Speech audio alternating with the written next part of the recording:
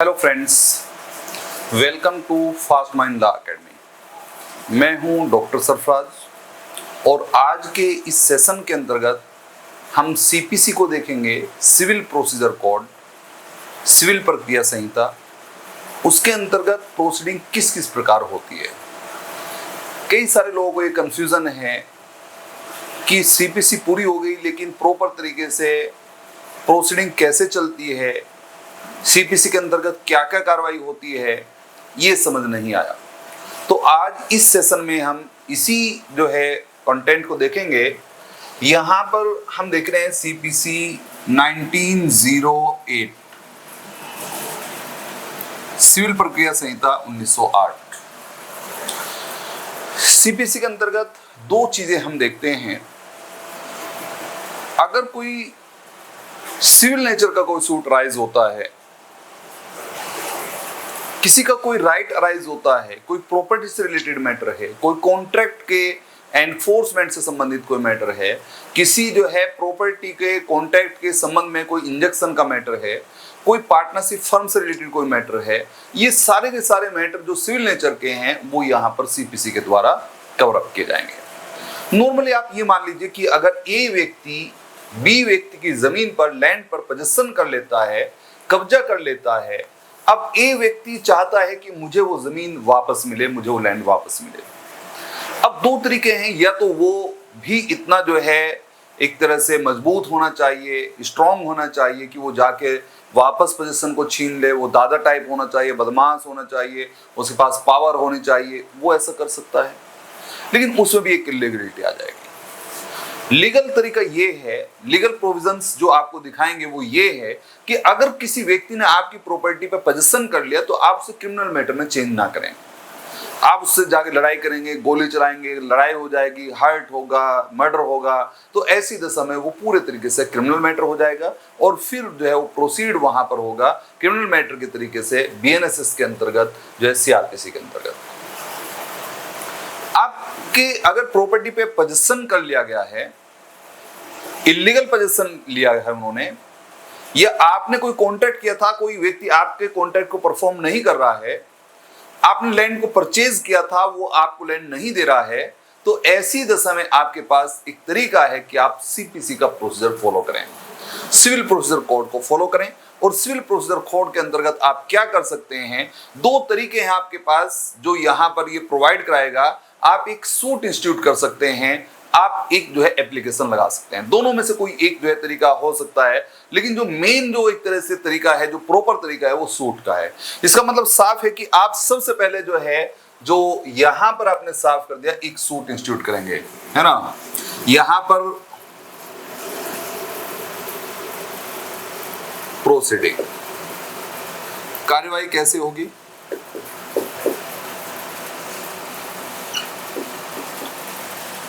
सबसे पहले एक बात आपने साफ कर दी,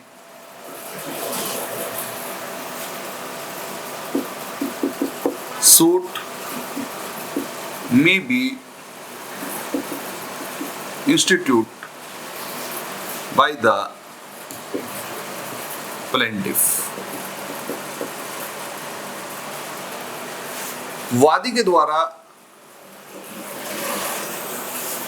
वाद को संस्थित किया जा सकेगा और इसका जो ऑर्डर होगा सेक्शन नंबर 26 ऑर्डर नंबर 4 के अंतर्गत आप इसे इंस्टीट्यूट करेंगे। इसका मतलब साफ है। नॉर्मली आप यहां पर देख लीजिए कि ये एक लैंड है, एक जमीन है, और ये ए व्यक्ति है जिसने यहां पर पोजीशन कर लिया, और इसका जो ओनर है वो कौन है, वो है बी। तो बी यहाँ पर जो ओनर है वो अपनी प्रॉपर्टी पे कब्जा वापस चाहता है, इसके लिए वो एक सूट को इंस्टीट्यूट कर सकता है एज ए प्लेंटिफ। वो प्लेंटिफ कहलाएगा, जो वाद जो है को संस्थित करेगा। प्लेंट के माध्यम से सूट को इंस्टीट्यूट किया जाएगा, प्लेंट के माध्यम से, प्लेंट के द्वारा जो है वो सूट को इंस्टीट्यूट करेगा। अब इसका मतलब साफ है, by the presentation of plaint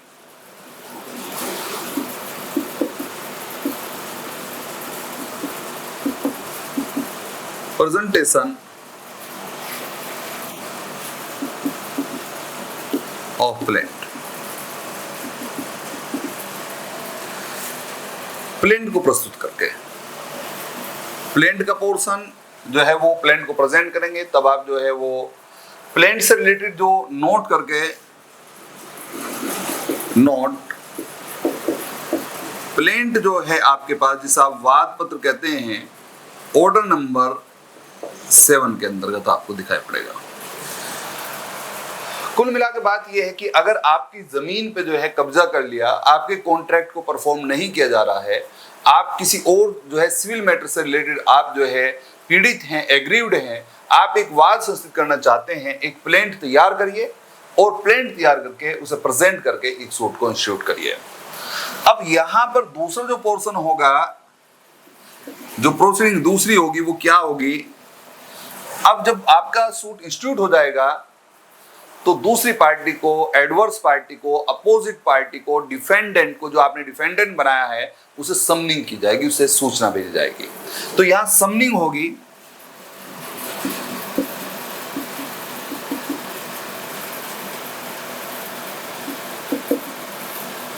summoning to the defendant कहते हैं, डिफेंडेंट या एडवर्स पार्टी।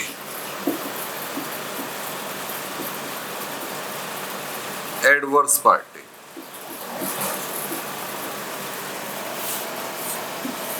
समनिंग होगी। समनिंग का मतलब साफ है कि उसे समन भेजे जाएंगे, सूचना दी जाएगी, उसे बताया जाएगा कि भाई आपके विरुद्ध प्लेंटिफ के द्वारा एक सूट इंस्टीट्यूट किया गया है और उसकी सूचना आपको दी जा रही है। ये सूचना जो है, इसके संबंध में आप देखेंगे ऑर्डर नंबर 5 और सेक्शन नंबर 27, 28, 29, ये सेक्शंस आप देखेंगे। तीसरी प्रोसीडिंग है कि जब आप समन जो है वो के बाद जो है जो WS है वो प्रेजेंट किया जाएगा।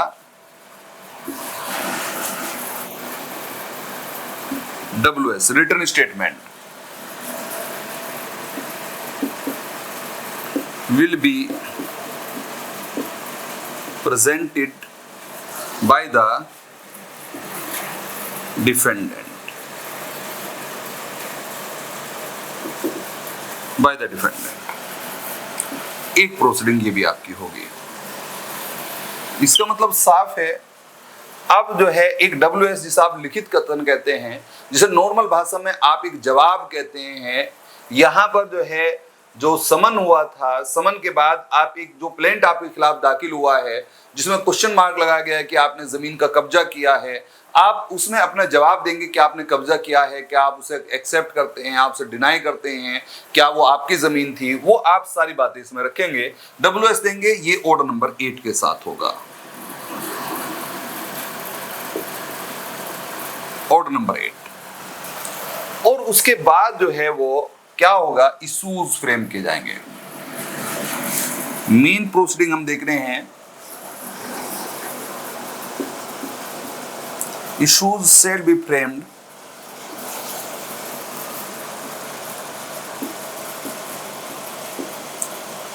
Framed by court. न्यायालय द्वारा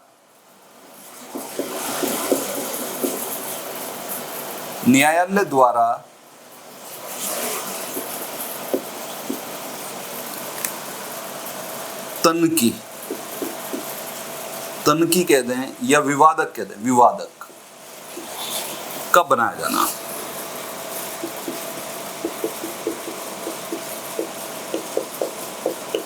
ये पूरा पोर्शन रहेगा और ये जो पोर्शन होगा ये आपने कहा कि ऑर्डर नंबर 14 के साथ।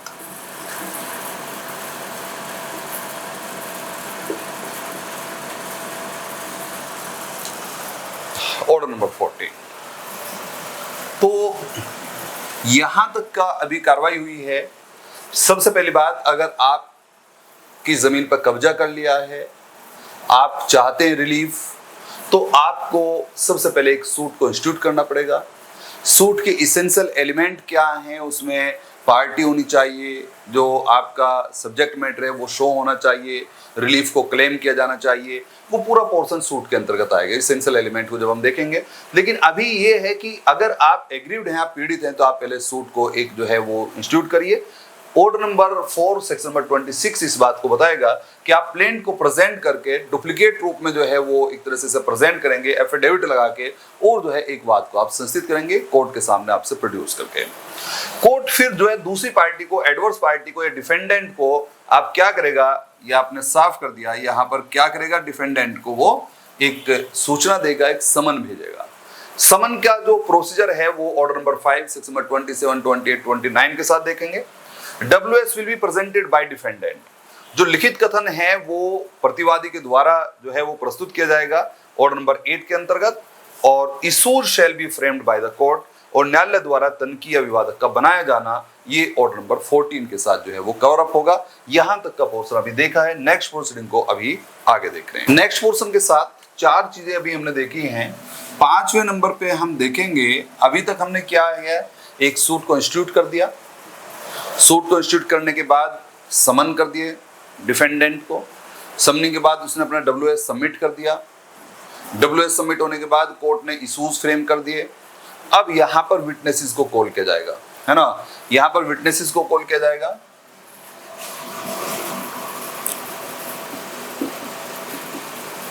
समन टू विटनेस, साक्षियों को समन जाएंगे, साक्षियों को समन जाएंगे। Order number 16 section number 30, 31, 32। उसके बाद 6 नंबर पे फिर हम देखेंगे एग्जामिनेशन या फिर एविडेंस ऑफ पार्टी और विटनेस।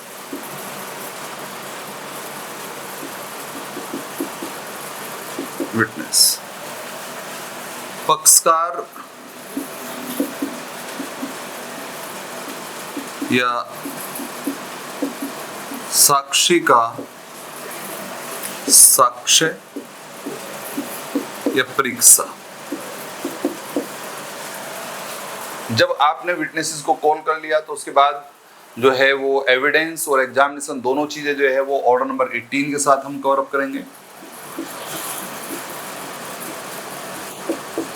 ऑर्डर नंबर 18, और उसके बाद हो जाएगा जजमेंट, निर्णय, जजमेंट,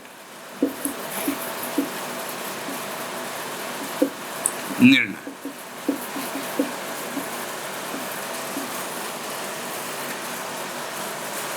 ये इसमें ऑर्डर भी हो सकता है, ऑर्डर और डिक्री, आदेश या डिक्री दोनों हो सकते हैं जजमेंट के अंतर्गत। और ये होगा order number 20 section number 33। Normally हम देखते हैं पार्टीज को, अगर हम देखें पार्टीज को कैसे तय करते हैं,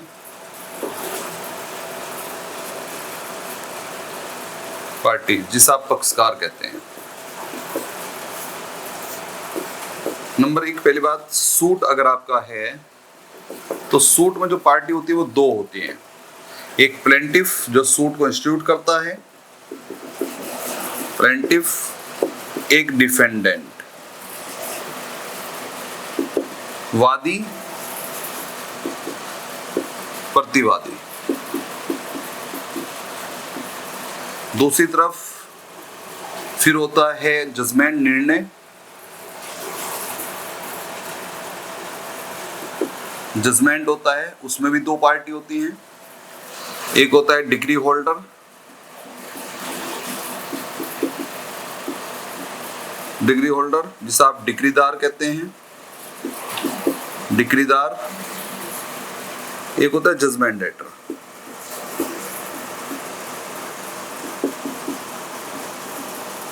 जजमेंट डेटर, निर्णित ऋणी, निर्णित ऋणी।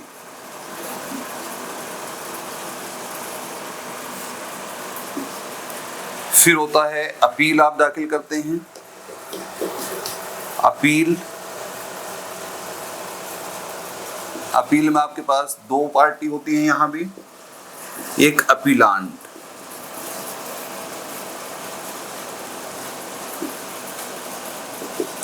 जिसे आप अपीलार्थी कहते हैं,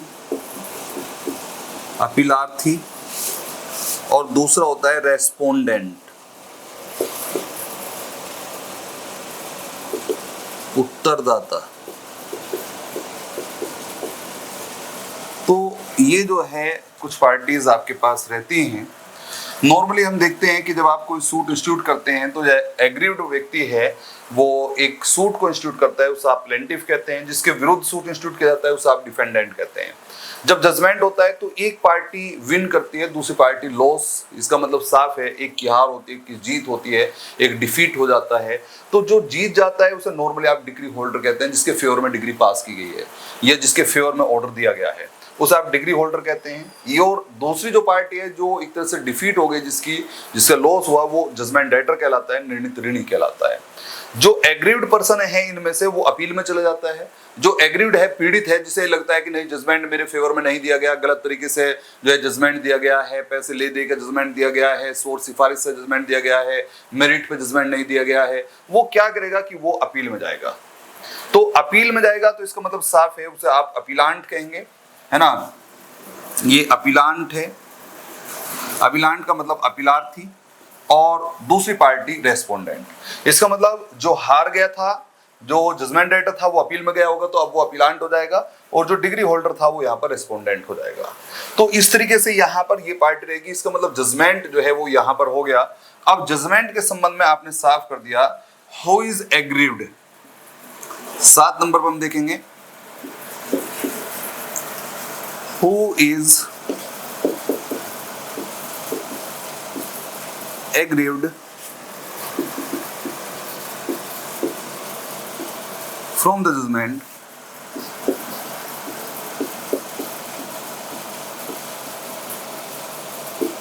जो निर्णय से पीड़ित हो, वो क्या करेगा, उसके पास क्या राइट होंगे। तो उसके rights, number 1 may file appeal,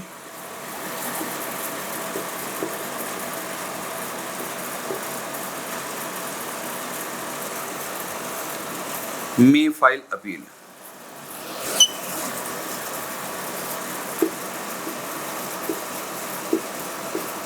may file appeal, may file review, may file revision.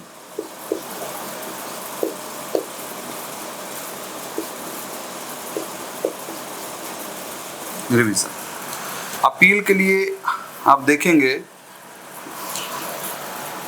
Order number 41 to 45 और सेक्शन 96 to 112, ये हो गया अपील का पोर्शन। रिव्यू का पोर्शन सेक्शन 114 और ऑर्डर 47 और revision section number 115, section number 115। ये आपने साफ कर दिया। इसका मतलब साफ है कि अगर समन हो गए विटनेसेस को, फिर उनका एग्जामिनेशन भी हो गया, पार्टीज का एग्जामिनेशन हो गया, उनका एविडेंस आ गया, जजमेंट उसके बाद आ जाता है, जो है आपने साफ कर दिया। 7वें नंबर पे आपने जजमेंट लिया था, और 7वें नंबर पे जजमेंट का मतलब निर्णय हो जाएगा। निर्णय के अंतर्गत ऑर्डर भी हो सकता है, डिक्री भी हो सकती है, ऑर्डर नंबर 20 सेक्शन नंबर 33 के अंतर्गत। और फिर 8th नंबर पे who is aggrieved from the judgment, जो निर्णय से एग्रीव्ड है, पीड़ित है, उसके पास क्या राइट होंगे, मे फाइल अपील, वो अपील कर सकता है। अपील जो नॉर्मली है सीपीसी के अंतर्गत ऑर्डर नंबर 41 सेक्शन नंबर जो है आप देखेंगे ऑर्डर नंबर 41 से 45 सेक्शन नंबर 96 से लगा के 112 112। दूसरा मे फाइल रिव्यू, वो जो है पुनर्विलोकन दाखिल कर सकता है, सेक्शन नंबर 114 ऑर्डर नंबर 47। मे फाइल रिवीजन वो पुनरीक्षण दाखिल कर सकता है सेक्शन नंबर 115 के अंतर्गत। ये बात आपने साफ कर दी। और फिर है लास्ट का जो पोर्शन है एग्जीक्यूशन, 9 नंबर पर हम देख रहे हैं एग्जीक्यूशन ऑफ डिक्री, डिक्री का निष्पादन। ऑर्डर नंबर 29 सेक्शन नंबर हम देखेंगे यहां पर कि ये चले जाएंगे आपके जो पूरा का पूरा पोर्शन है 36 लगा के और 74 तक एक पूरा पोर्शन जब हम देखेंगे कि ये जो ऑर्डर है सीपीसी का ये सबसे बड़ा ऑर्डर है। इसी में जो है जो टोटल रूल हैं वो 106 हैं और यहां पर जो सेक्शन है वो 36 लगा के 274 सब इसी के साथ चले जाएंगे। तो ये एक प्रक्रिया हुई। यहां पर हम देख रहे हैं कि पहली प्रोसीडिंग से लगा के पहला नंबर हमारा था कि सबसे पहले आप एक सूट इंस्टीट्यूट करिए, उसका ऑर्डर आपने बताया था ऑर्डर नंबर 4 सेक्शन नंबर 26। फिर जो है कोर्ट समनिंग करेगा, ये ऑर्डर नंबर 5 के साथ था। फिर जो अपोजिट पार्टी है जिसे आप डिफेंडेंट कहते हैं वो एक डब्ल्यूएस दाखिल करेगा, उसे आप ऑर्डर नंबर 8 के अंतर्गत देखेंगे। जब डब्ल्यूएस भी आ जाएगा तो कोर्ट इशूज फ्रेम करेगा, ये ऑर्डर नंबर जो है 14 हमने देखा था। जब इशूज फ्रेम हो जाएंगे तो विटनेसेस को कॉल किया जाएगा, ये ऑर्डर नंबर हमने 16 देखा था और सेक्शन नंबर 30, 31, 32 देखा था। उसके बाद एग्जामिनेशन होगा पार्टीज का, विटनेसेस का, ये ऑर्डर नंबर 18 हमने देखा था। जब सब एविडेंस आ गए तो जजमेंट कर देगा कोर्ट, ये 7 नंबर पर हमने देखा था। जजमेंट में ऑर्डर या डिग्री जो भी पास करेगा ऑर्डर नंबर 20 सेक्शन नंबर 33 के अंतर्गत। उसके बाद जो भी पीड़ित होगा जिसे लगता है कि मेरे साथ गलत हुआ है, एग्रीव्ड है, वो अपील कर सकता है ऑर्डर नंबर 41 से 45 सेक्शन नंबर 96 से 112 में वो रिव्यू दाखिल कर सकता है, पुनर्विलोकन। ये जो है सेक्शन नंबर 114 ऑर्डर नंबर 47 में मे फाइल रिवीजन वो पुनरीक्षण दाखिल कर सकता है सेक्शन नंबर 115 में। और execution of degree, execution of degree, degree का जो निष्पादन होगा लास्ट में तो वो आपने साफ कर दिया ऑर्डर नंबर 21 और सेक्शन नंबर जो है 36 से 74 के अंतर्गत होगा। तो ये एक प्रोसीडिंग हमने देखी। अब हल्का सा एक सीपीसी का इंट्रो जो है लेके सीपीसी के अंतर्गत हम देख रहे हैं कि इसका इंट्रो क्या है, सीपीसी के अंतर्गत क्या क्या चीजें हैं और इसमें कैसे प्रोसीडिंग चलेगी। तो प्रोसीडिंग तो हमने पूरी कंप्लीट कर दी, इससे आपको थोड़ा सा एक अंदाजा, एक अनुमान जो है आपको हो जाएगा कि भाई कैसे कैसे जो है कार्रवाई होगी, किस ऑर्डर में क्या होगा, किस सेक्शन में क्या होगा। मेन पोर्शन हमने जो है यहां पर समाप्त कर दिया। ये प्रोसीडिंग जो है वो चलेंगी, इस तरीके से आपसे तैयार कर लेंगे और साथ ही साथ अब हम देखेंगे इसका हल्का एक इंट्रो कि इसके अंतर्गत क्या क्या चीजें जो है वो हैं, इसका नाम क्या है, इसके इनेक्टमेंट की डेट क्या है, एनफोर्समेंट डेट क्या है, ये अभी इसमें देखते हैं। चलिए अब हम इसका एक इंट्रो देख लेते हैं। अभी तक जो हमने प्रोसीडिंग देखी है, अब इसका एक इंट्रो देख लेते हैं।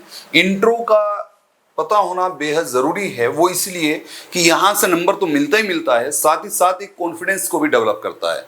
अगर कोई आपसे पूछे कि सीपीसी के अंतर्गत कितने ऑर्डर हैं, कितने सेक्शन हैं, इनेक्टमेंट की डेट क्या है और आप यही ना बता पाएं तो इसका मतलब साफ है कि कॉन्फिडेंस भी आपका लूज हो जाएगा। तो ये प्रॉपर तरीके से जो है इंट्रो का पता होना भी हमें जरूरी है।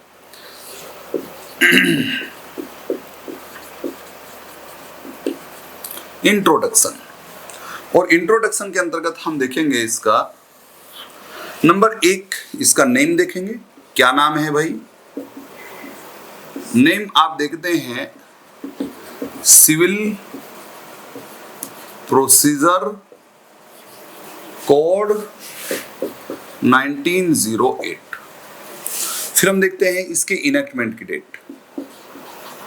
इनेक्टमेंट जिसे आप कहते हैं, जिसे आप पारित करना कहते हैं, जिसे आप अधिनियमित करना कहते हैं, जिसे आप बनना कहते हैं, वो डेट है 21 मार्च 1908। फिर हम देखेंगे इसके एनफोर्समेंट की डेट। एनफोर्समेंट की जो डेट है वो आप देखेंगे 1 जनवरी 1909। फिर आप देखेंगे टोटल सेक्शन 158 आपको दिखाई पड़ेंगे और टोटल ऑर्डर 51 आपको दिखाई पड़ेंगे और एक्ट नंबर 5 5 ऑफ 1908। इसका मतलब जो है 1908 में 5वें नंबर पे पारित हुआ। 5 नंबर है इसका, 5 नंबर है 5 ऑफ 108। एक्सटेंट है, एक्सटेंट आप देखेंगे तो whole of India, to whole of India except the Nagaland और ट्राइबल एरियाज।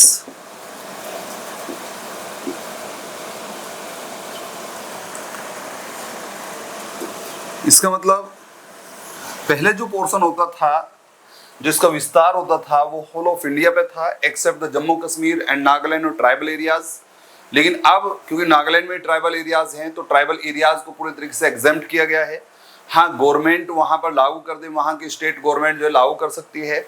लेकिन जो जम्मू कश्मीर का मामला है, 31 अक्टूबर 2019 से जम्मू कश्मीर को यूनियन टेरिटरी के अंतर्गत जो है कन्वर्ट कर दिया गया।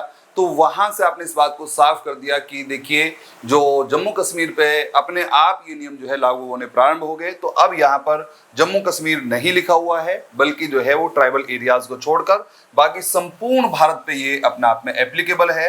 ये बात आपने साफ कर दी। दूसरा पोर्शन हम देखते हैं इसका नेचर।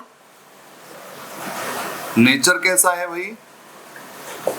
नेचर में हम देखते हैं it is an civil law, ये एक सिविल विधि है। दूसरी नेचर है it is an procedural law, ये एक प्रक्रियात्मक विधि है।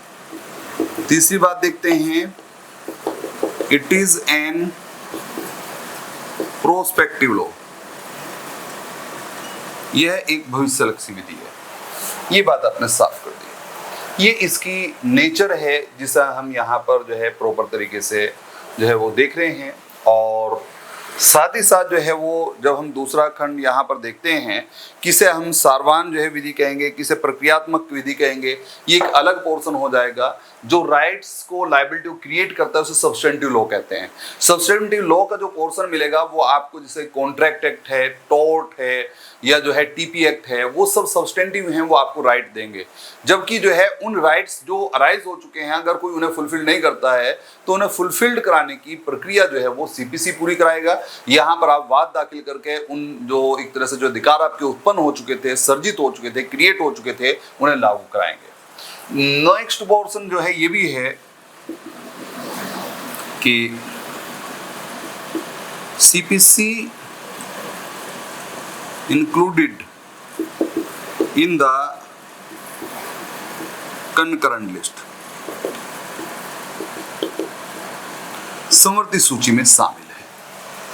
और टोटल जो सीपीसी हैं, total CPC till now,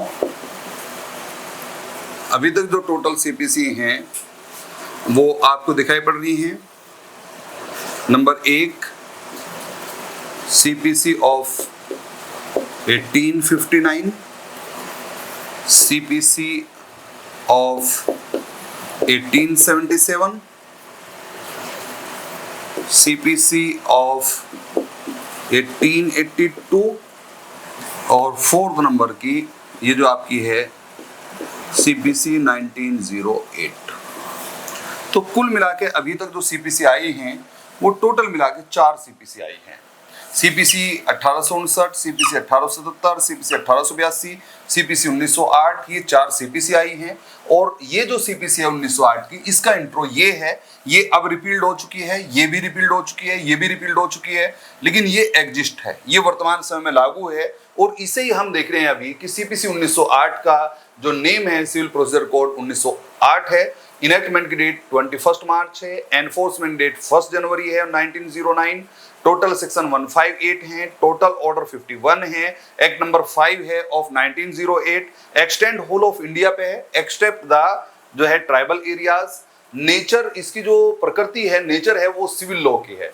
it is an procedural, ये प्रक्रियात्मक विधि है। It is an prospective law, ये भविष्यलक्षी विधि है। और साथ ही साथ जो है सीपीसी इंक्लूड है कंकरेंट लिस्ट में, ये बात आपने साफ कर दी। और सीपीसी के अंतर्गत जो है वो ऑर्डर और जो है वो सेक्शंस में डिवाइड है, आदेश और जो है वो सेक्शन में से डिवाइड किया गया है। तो इस प्रकार से हमने आज के जो इस सेशन में जो प्रॉपर तरीके से सीपीसी का इंट्रो देखा है और एक प्रोसीजर देखा है, एक प्रक्रिया देखी है कि कैसे कैसे हम कार्रवाई करते हैं। नेक्स्ट सेशन के साथ बने रहिए, जुड़े रहिए और शेयर कर दीजिए, सब्सक्राइब कर दीजिए जो है चैनल को, जिससे प्रॉपर तरीके से लेटेस्ट जितने भी केसेस हैं, जितने भी जानकारियां हैं वो आपको मिलती रहें और प्रॉपर तरीके से आप जो है वो क्लास जो है ले सकें, आपको नोटिफिकेशन पहुंच सके। इसलिए आपसे सब्सक्राइब करिए। Thank you.